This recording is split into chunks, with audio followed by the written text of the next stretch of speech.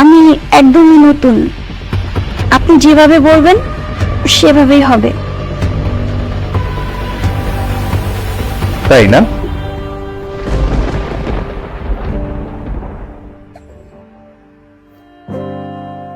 তুমি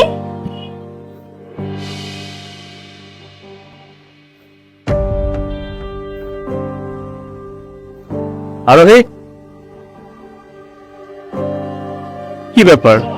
তুমি এখানে এসে দাঁড়িয়ে আছো, নিচে আমি তোমাকে পুরো বাড়ি খুঁজে বেড়াচ্ছি। কি সমস্যা? সমস্যা কি তুমি বোঝো না? তোমাকে আমি কয়বার করে বলবো যে আমার সব ফ্রেন্ডদের কাছে আইফোন, ওর আইফোন দিয়ে ভিডিও বানায়, টিকটক করে, আর তোমাকে আমি কতবার বলেছি তুমি এটা মাথায় নিচ্ছ না। আরে বললাম তো আমি তোমাকে মোবাইল কিনে দিব, কিছু টাকা আমি তোমার জন্য জোগাড় করছি, আর কিছু টাকা হলেই তোমাকে একটা মোবাইল কিনে দিব। চলো। আমার আজকের ভিতরে আইফোন লাগবে। দেখো, তুমি বেশ করে জানো আমি কি চাকরি করি, কত টাকা স্যালারি পাই, তারপর তুমি আমার কাছে আইফোন দাবি করছো। ব্যাস, নিজের একটা আইফোন কিনে দেওয়ার মুরুদ নাই, আমার বড় বড় কথা বলতে আসছে। আরোহী,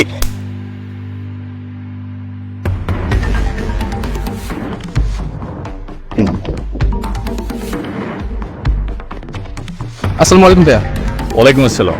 ভাইয়া, এটা আপনার জন্য। এটা কি? আরো আপু আপনার জন্য পাঠিয়েছে এটা। আরোহী পাঠিয়েছে? জি। আচ্ছা ভাই, আমি আসি তাহলে। ঠিক আছে, আসেন। আল্লাহ হাফিজ।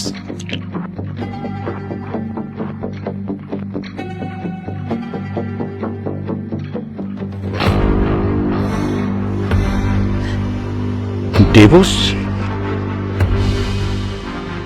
সামান্য করে টাকার জন্য স্বামীর ঘর ছেড়ে এসে এত নোংরা পথ অবলম্বন করছো?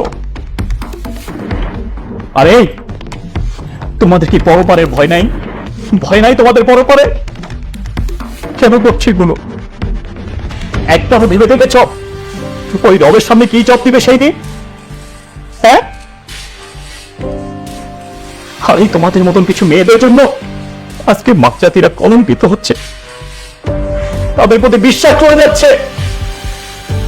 কেন করছো এটা? কেন করছো এটা? পারবা কোন উত্তর দিতে আমাকে? হ্যাঁ, পারবা কোন উত্তর দিতে আমাকে? পারবা না, পারবা না। হয়তো তোমার বাড়তি কিছু চাহিদা আমি পূরণ করতে পারি নাই, হয়তো তোমাকে একটা দামি আইফোন আমি কিনে নিতে পারি নাই, কিন্তু আমরা তো ভালো ছিলাম। ঠিক আছে, থাকো তোমার এই পতিতা জীবন নিয়ে, এই পতিতা জীবন নিয়ে থাকো তুমি। তুমি আমাকে মাফ করে দাও।